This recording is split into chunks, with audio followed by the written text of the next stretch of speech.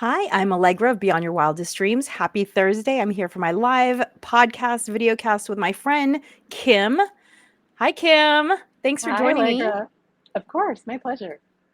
So, today we are going to talk about a parenting topic that was something Kim and I had been talking about on a walk. And I thought, oh my gosh, this would make such a great podcast topic. So, the topic is kids. When do you push them? And when do you back off? So hard, especially as kids get older, but I think it's something that's probably an issue even when they're younger, like 8, and they can start having opinions about the things they want to be doing. But before we start, as always, I'm going to pull a card from my little deck of cards here, and let's see what we have today. Life is a marvelous, transitory adventure. Life is a marvelous, transitory adventure.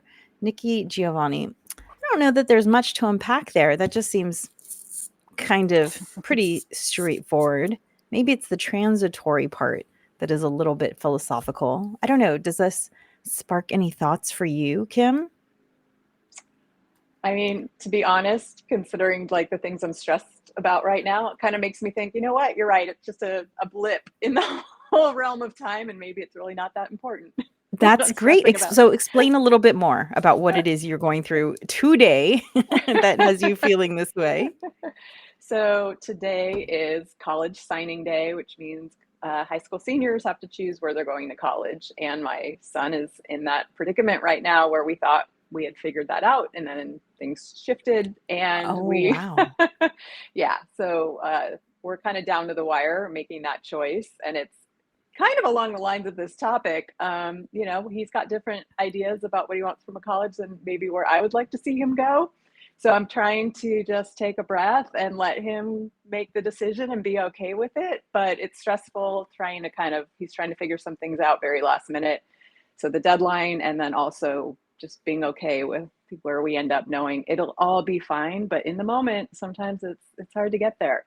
Absolutely. Okay, well, so I feel like this was just the perfect segue. So let's just get into the topic. So, and also, can you give a little bit of background about what it is that you do? Because this Sure. is kind of just a big day in terms of what you do. Yes. So I am a college counselor, independent educational consultant, which means that, we work one-on-one with high school students and families as they're going through the college application process. We work with them anywhere from, ninth grade or eighth or ninth grade sometimes till they get to college. Sometimes they come to us a couple months before, applications are due. So, anywhere in the process that people need help, they come to us and we work with them. And so a lot of it does involve, when students start earlier, helping them figure out, what type of activities that they're doing. And, for us, it's really about helping them sort of dig into not just what are you doing, but like, why are you doing these things? What's sort of your driver, and helping them kind of take it to a deeper level than just sort of, oh, let's just join a bunch of clubs for college. Like, no, Hmm. let's really get to know you and make this a real Right. meaningful process. And I actually came to this from doing some K-12 consulting, helping people figure out, elementary school, even preschool. So I sort of kind of evolved into it, I guess, but it's definitely relevant to the question we're talking about, because it's always something on parents' minds. What should we be doing? They're just worried about the future for their kids. And so, really, what you're talking about is you help students kind of craft the story that they're going to be telling colleges as to who they are and what it is they want to do in life and why their college is the right step on that path. Exactly. We're really helping kind of shape the narrative. I mean, not in sort of a contrived sense at all. I always remind students, like, this is great for college, but we're really doing this for you, because the more you learn about what you like and what you don't like, and where what is it you want to be learning, and it helps you to take those steps before you get to college, so you can be a little bit more focused and know what you want to do. And of course, it helps us find the colleges that are the best fit for you as you do this. So, Right. it's not just about like, oh, let's just make you, the top college applicant. Like, Hmm. we try to go a little bit deeper than that. And we call it finding the gifts in the process, by Hmm. helping them get to know themselves better as they go through this. So Right. yeah. And Kim and I have known each other for ooh, 20 something years. We've I think so. we've known each other since before we had kids, and Kim actually helped advise me on how to get my child into the magnet that she wanted to get into. So she's Yeah, very knowledgeable about, education, and especially in the LA area, although yeah. you are going to be moving at some point. But if you're interested in working with Kim or someone like Kim, I will put her contact information in the show notes of the Harness the Power of Planning podcast, which this live talk always goes up as the Harness the Power of Planning podcast if you want to listen to it recorded later. Okay. So, if you can you tell us a little bit more about the struggle that your son is facing? So, I guess he had decided on a specific college up until what point? Yesterday? This morning? What happened there? Up until last week, he had gotten into a specific program at that college that we were Mhm. very excited about, but then we found out that he actually, the kids in that program can't take classes in the fall on campus, and he was just very disappointed. He didn't want to be on a spring summer calendar. Um, Colleges are starting to do, just very brief aside, they're starting to try to figure out more ways to get more kids on campus, right? And so that often involves a summer calendar now. And their spring starts are more common. That was fine. We were willing to do that. He was going to go study abroad in the fall, then start in the spring. But then when he found out, no, every year you couldn't take classes on campus in the fall, that really sort of changed the whole experience, and he so changed his how mind. how common is this? I haven't heard about the I mean, I'm not in this age range. How many schools are doing this summer, spring, summer? Well, that's just it. I had not heard, even as a counselor, of a full spring summer calendar like Oh, for four interesting. years. Okay. A lot of schools are doing spring start, which means the first semester kids do other things. They go abroad, maybe they take community college classes, they do, something else, they can work. Right. That's becoming a little more common, but not, fully common. But I had heard of that, Interesting. but I had not heard of this particular thing. So that was a surprise to us. Okay, that's a change. Interesting. Okay. Yes. And so now he's thinking about a different school because of this. Well, then he went to visit the school that was his second choice again. He wanted to go see it again, and he just got a different vibe. And he just said, I don't think this is the school for me. So we sort of are at square one, like this week, as this date is coming up upon us. And he's being really good in doing his due diligence and calling admissions and trying to find out. There's obviously such a broad array of factors, and money is a big one. And he's trying to figure out where he's going to be most comfortable and what makes the most sense. And I always say to even my students that I work with, colleges are really at the end of the day more similar than they are different. Like you're going to go live with roommates, and you're going to meet great friends, and you're going to go to classes together and go hang out, go to the rec center and go to parties, and there's a Right. lot of similar experiences. Like Mhm. you know it's really about not so much where you go but what you do while you're there. So just kind of keep coming back to that. Like it's all going Right. to be okay. And so is the decision that he's looking to make, is it one that you're not sure you agree with? Is that where you're talking about the struggle about letting him do? Yeah, so one of the other colleges he did really like, nothing wrong with it, great school. But you know, the UCs are very difficult to get into, and he did get into two of them, and they're not perfect. Don't get me wrong, they're not golden. They have their own issues. Mhm. But I was really hopeful that he was going to pick one of those. And the Mm. school that he picked, I just felt like probably, I don't know, I just didn't get the feel it was the best fit for him. But I'm Mm. trying to, step back and just, I ask him questions, I give him some ideas and things to think about. But I have to let him make this choice at the end of the day, right? It's his life. I mean, obviously the money piece comes in, but that's not factoring into the schools that he's deciding between. Mhm. Um, so yeah, it's really hard to bite your tongue sometimes.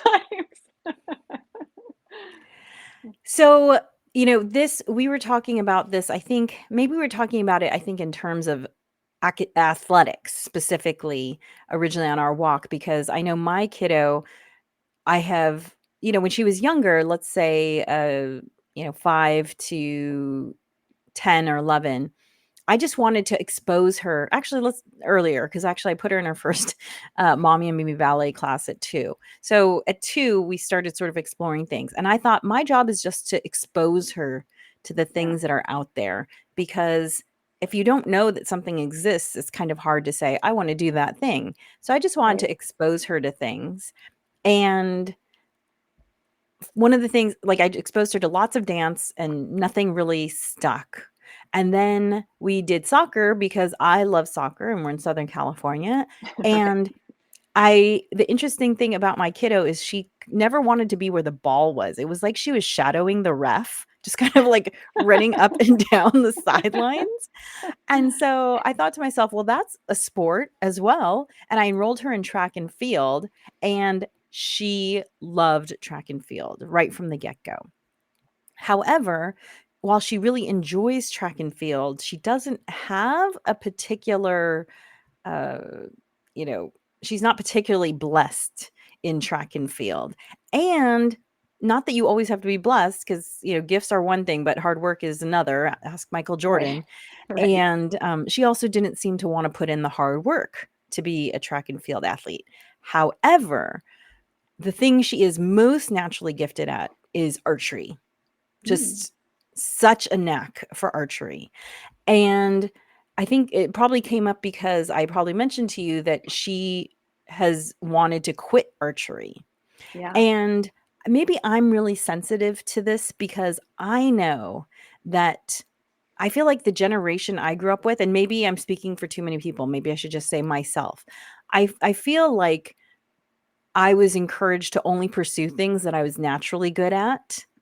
Mhm. And I think there were things that maybe I wasn't as good at, but I was pretty good at them. But if I'd just been given a little bit of a, why don't you stick with that a little bit and see where it goes? I think Yeah. that might have been more what I needed. So I've kind of been hyper aware about this with my kiddo. And Yeah. she keeps saying she wants to go back to track, but she's really just hanging out with friends at the track is the thing. And so Right. I've said, "You know what? I'm not this is something you don't know what it's l- how you don't know how rare it is to be good at something like this in this way. Right. And I want you to take it a little bit further."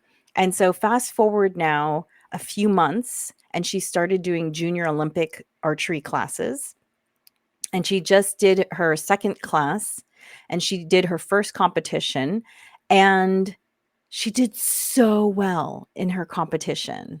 Oh, that's great. Yeah, and they give you these little pins, and she earned 4 pins, and she was so proud that I said, "Oh, well, let's put this with your archery stuff." And then because a lot of kids, they'll wear if they've earned pins, they'll wear them Mm. where their arrows are on the whatever that is it a quiver? I don't know what it's called. Whatever that little sack of arrows thing is, they'll put it on there. And she said, "No, no, I wanna put it on my backpack. I wanna take it to school." That's how Oh, wow. proud of it she Yeah. was. And so, I think I made the right choice in this case. I don't Right. know that it's always that I'm always gonna make the right choice. I don't Right. know if I don't know if you have something similar to that with your kids. Yeah. I know both of your sons do a lot of sports.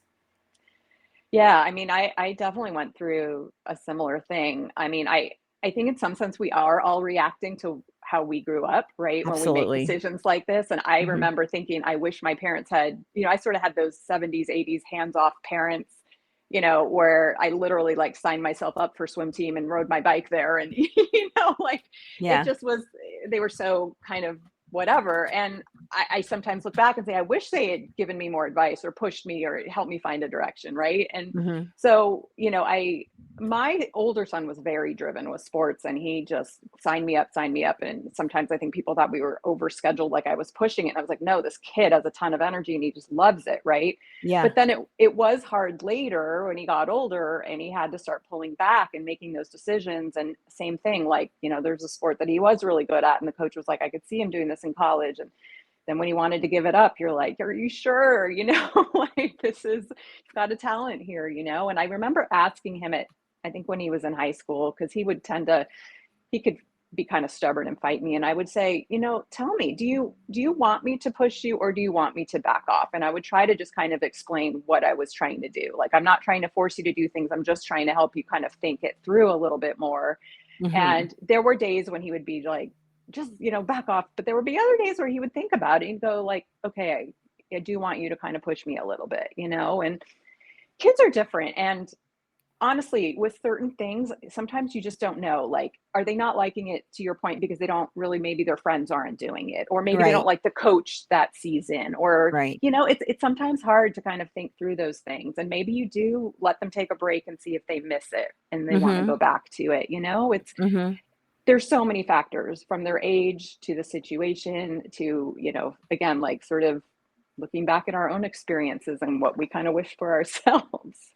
So, Well, I also think too, just asking the questions of, why are you giving it up? I yeah, think we don't, as humans, we don't always think about the different topics until someone asks us a question or we ask ourselves a question. I have a habit actually of, I'm reaching over for this journal. I'm going to pull it up. It's a writing prompt journal, mhm, and I have a habit of every morning answering one of the questions, because the questions are, thought provoking, but they're also just so random that they cause me to think about things that right, maybe I hadn't thought about before.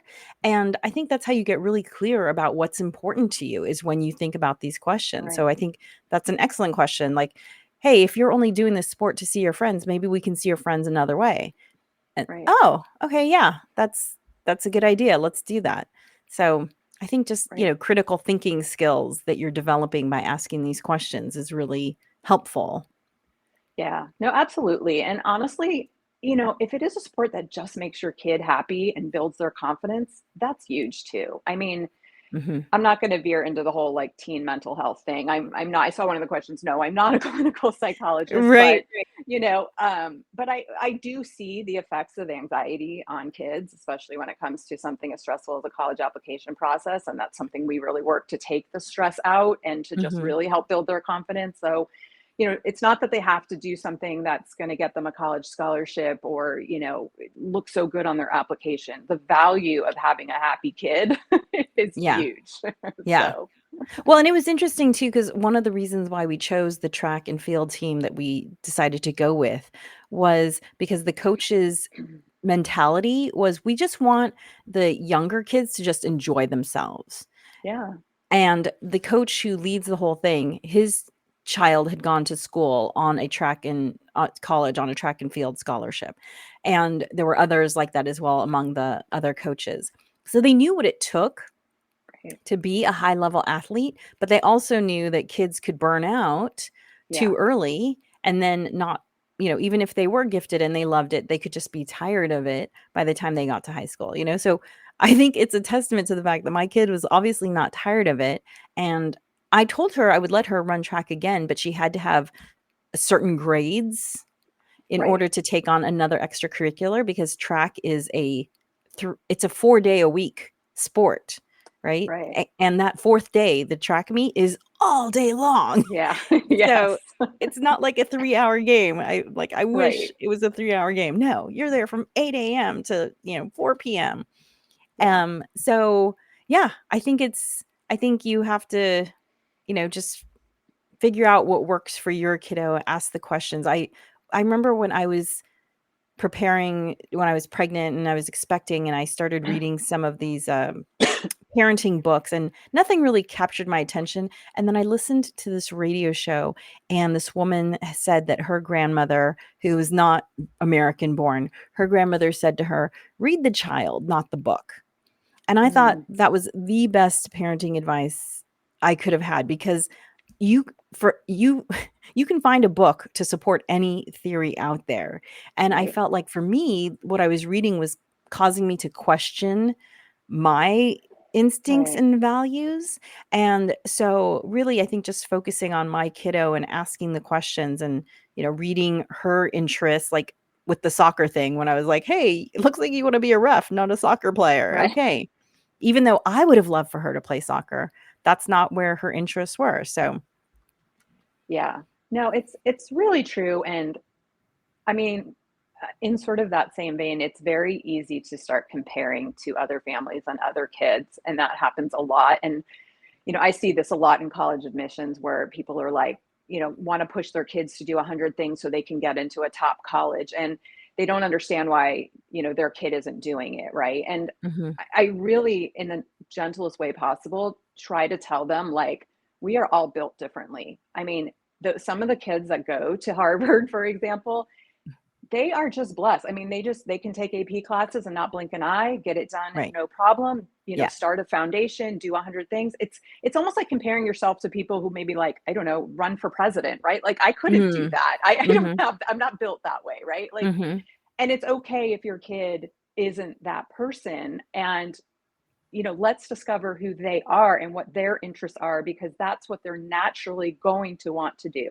Now, granted, there's other situations. I mean, a lot of kids do suffer, even just, with ADD, sometimes that builds in a procrastination and a resistance to doing things. A lot of kids these days have this perfectionism. They're afraid to fail. So they're afraid to take risks and do anything Mm. outside the box because Mhm. they might not be good at it. And that could sink their college plans, right? Like, so there's a lot of different things that go into it. But I like what you said about reading your child and just, trying to respond to them as individually and not comparing to everybody else and what the rest of the world is doing. I know that is much easier said than done, particularly in a place like Los Angeles. Right. But I think it's valuable advice. And so in terms of like it's interesting what we were talking about, the quote that had come up, life is a marvelous transitory adventure, Nikki Giovanni, and how you were saying, yeah, college, they're kind of all giving you this similar experience, and I just wanted to add my story, which is that I didn't end up going to the school that I had planned to go to for a long time. Like at Mm, the last minute I switched. And it's kind of a funny story actually, because I had my heart set on this one school because I had visited it when I was very young, and I got into it early admissions. So I was going to that school, and it's a school on the East Coast. And so I was planning to go to the school, and my dad had always said, "Well, you have to study business. You have to go to business school." And I did not want to study business, but I was getting to go to the school I wanted, so that was more important to me than the subject matter. And then literally March of my senior year, my dad said, "Okay, if you go to the school I want you to go to, you can study whatever you want." Because that's how badly he wanted me to stay. oh, And wow. and at that point, I'd been having some reservations about going back east. Like I learned about seasonal affective disorder and like other Yeah. these other things. And I thought to myself, like, maybe I don't want to be over there. And I did end up going to the school that he wanted me to go to, and I got to study everything I wanted to study, like exactly what I wanted to study. And actually, the school I ended up going to had more like option like has had the most professional schools of any university in the country. So there were just so many options. And I Right. feel like I ended up getting exactly the education I was meant to get. Right. So, you can be walking on a path and you see a detour and it might not seem like the right path, and you probably won't know right away. No, for sure. I do think we often end up right where we're supposed to be, right? And we kind of bring all this angst into it a little bit Mhm. unnecessarily. Not that there's not things that you have to figure out, and you don't just flip a coin randomly. But once you've sort of figured out what you want and you've done your due diligence, like, just trust, right? That it's Mhm. going to be okay. You're going to be in the right place. Yeah, and it's funny because when some people hear that story, they're like, "I can't believe your dad did that to you." Like, how, manipulative, and, "I can't believe he didn't want you to go to that amazing East Coast school with that amazing brand name."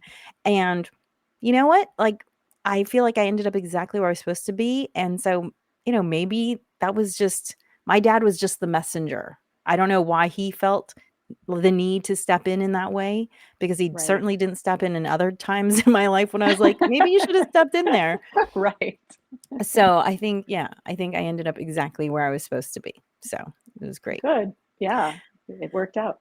Yes. Well, I know, I think everything is probably gonna work out for your son as well then, Thank having you. I think it will. now that we've walked through all of this, I think that's the takeaway. Uh, So, we'll have to talk about it in, 5 or 10 or 20 years and yeah, exactly, right? and Laugh see what about he it. said. Exactly.